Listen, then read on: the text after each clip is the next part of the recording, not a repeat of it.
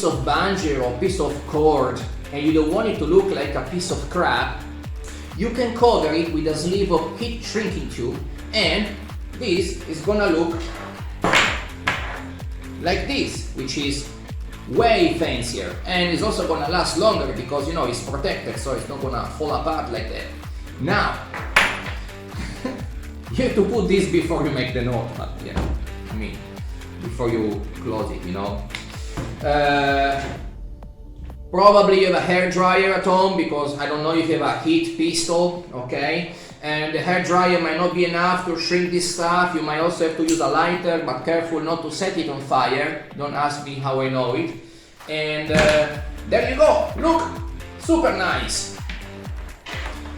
Sometimes, despite our best efforts, we fail to cut the cable ties perfectly flat, usually because we don't have a flat, hard surface where to stand and to cut it, okay? So when this happens, because we don't want to have sharp edges, okay? So we're gonna trade the risk of stabbing ourselves with the risk of setting ourselves on fire. That's a choice only you can take, okay? So you're gonna burn the tip of the cable tie that you improperly cut until basically you will see that it's gonna smooth out by itself with the heat. And yeah, problem solved, there you go. Just remember, life is a choice. Stab yourself or set yourself on fire. That's up to you. Let's make the bungees of our computer adjustable. First of all, we want to have two independent bungees, so if one breaks, I don't lose the computer, because, you know, it's not exactly cheap and we kind of need it underwater. So the other thing is, what kind of knot do I do? Because you see, like this is adjustable. I make it tight, I just pull, and now it's loosened. How do I do that? These are the two extremities. Here I just make a simple knot, really simple, and I slide the other extremity inside. Now I make it tight, okay? Now this one, I don't want it to escape, so I'm gonna just make another simple knot here, and that's it. This is how you do it. Yeah? Now watch the video 50 times so the algorithm is happy. In most of my dies, I write a lot of stuff on my wet note, and I prefer to have the wet note rather than the wrist blade. I also don't really like to have the pencil attached to the wet note. Personally, I prefer to have it attached on my wrist. In this case, it's integrated with my compass and is like this. You see? I find it much more comfortable than having attached to this one. Or anyway, this can also be the place for a backup pencil, because if you are going for survey, for example, well, you're not going to use a compass like this, but you can have a backup pencil, one on the slate and another one with a loop on your wrist, for example. Easy to reach. Among all the crap that I carry in my side mount pouch, I also have the infamous Ninja Star, this thing. Now, I don't know you, but for me it's really difficult to get a good grip without destroying my hands when I try to twist it to remove a hose. I tried to use a double ender to make leverage, but it didn't work great. What it works for though is that if I just put it like this and I wrap my hand around it, well, this already helps me to get a better grip without curving this tool into my hands, you know, so it makes everything a little bit less annoying.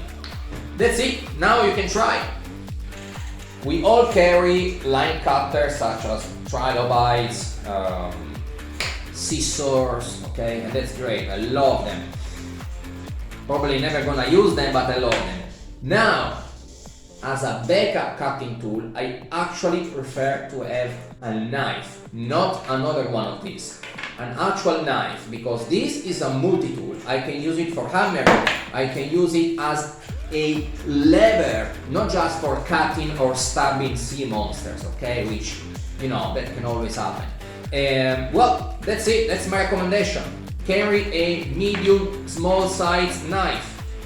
You can make at home your own beautiful necklace, adjustable, and you can remove it from every regulator to put it on another one. You can do it with the bungee. 4mm bungee is usually good enough. I did it with paracord because I didn't have any bungee left, and I put a surgical tube around it so it's a little bit more comfortable around the neck. What is important to do is the knot here that I can stretch and release to remove it. These knots basically are, simple knot like this, and you just pass the other one inside and you make another knot like this on the other side, okay? So super easy, basically stupid proof. I'm pretty sure you already knew that, and if you didn't know, now you know. Here where I have the D-ring on my left shoulder strap, I added another small D-ring, which I use when I have a bunch of stages hanging from this D-ring. I can clip my pigtail, I can clip my wet knot here on the side, because basically I don't want them to go in between the stages. Here they are within reach, out of the way, very comfortable. Now this little D-ring is just attached with a piece of paracord. This is wrapped around, goes inside here between the D-ring and the slider, and has a little stop knot here at the end. So it's flexible, it doesn't push against my chest, risking to damage the suit or bothering me. And if I want to remove it one day, I just undo this knot and pull it out. I started to place the camera on my helmet upside down, because like this, when I flip it down, I can actually see what I'm recording, because if it is here on my forehead, I have no idea of the quality of my shot. Now, if it is in front of my face, of course, I can really focus on what I'm watching, but I have a very clear idea of what fits in the frame, especially if I want to film something that I'm doing with my hands. And I can also see the red dot that says that it's recording, and if I really squeeze my eyes trying to focus on the screen, I can even read since how many seconds I'm recording. So, it really works. Give it a try, maybe you like it. What's the best choice when you have to deploy your SMD? Definitely not a reel, because there is a frame and they can get jammed. Even this one can get jammed. So we go down to spools. Spools with a small hole. There is much less line than on a reel, but at least it doesn't jam, but you can get your fingers stuck in it if you are not careful while you stick your fingers. So there is the spool with a big hole for the gloves. It doesn't get jammed, you don't get your fingers stuck, but you cannot put much line in it. Look at this. This is a side spool.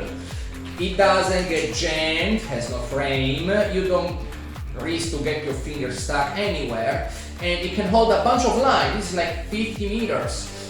So that's my choice. This should apply just to beginners, but I saw it happening a bunch of times, so I make a video about it. When you see divers with the mask super low on their faces, basically in their mouth like this, and they try to clean the mask, hey, my mask keeps floating, it's not comfortable, and they teeth out like fucking rodents, yeah? That's because the strap is too low. Look at this, the strap. If you try to do this, it goes back down. But if you pull the strap, wow, it went back by itself. Now, if you pull it too high, like I'm doing now, basically you can get the nose out of the mask and keep floating and you cannot clean it. Okay, so the strap right in the middle. That's not very difficult. Shouldn't be. As a scuba diver, you should be properly hydrated, which starts the day before you go diving, not the same morning, because that's too late. So assuming that you are properly hydrated, what is going to happen? You're going to improve the viscosity, you're going to increase the viscosity of all your body fluids, which include the blood, which, well, blood is a tissue, but it's fluid. So you're going to desaturate better from inner gas. I hope you already know that, because what I actually want to say is that the mucus in your sinuses and medium ears is also a body fluid, and if it is dry, it's going to be very difficult to push air through the ducts and to be able to equalize. So, the more you drink, the more liquid the mucus is, the easier it's going to be for you to equalize.